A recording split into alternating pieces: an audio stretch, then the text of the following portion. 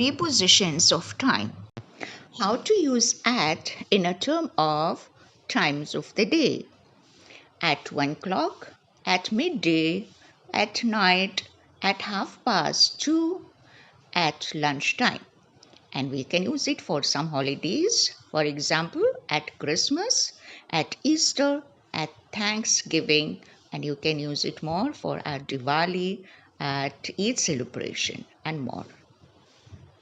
How to use on while talking about days of the week. On Tuesday, on the weekend. Specific dates on November 5th, on July 18th. We can also use it to talk about parts of a day. On Wednesday afternoon, on Friday evening. How to use N while talking about months and season. In October, in summer, while talking about years and decades, in 2016, in the 1990s, while talking about countries and areas, we say in the 21st century, in the Victorian era, while talking about parts of the day, in the morning, in the afternoon.